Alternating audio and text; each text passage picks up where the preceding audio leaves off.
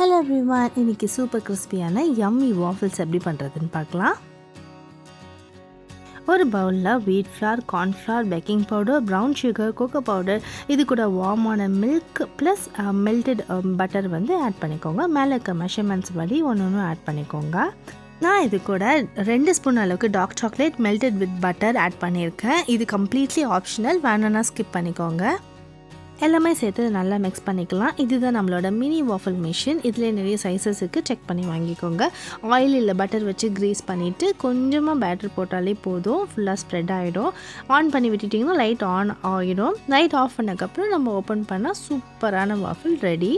Waffle செய்ய நிறைய recipes இருக்குது. இன்றைக்கி நான் வீட் ஃப்ளாரில் பண்ணியிருக்கேன். இல்லை நீங்கள் எந்த ஃப்ளாரில் வேணால் பண்ணி பார்க்கலாம். இது கூட எக்கு, பனானா இது வேணால் ஆட் பண்ணிக்கலாம்.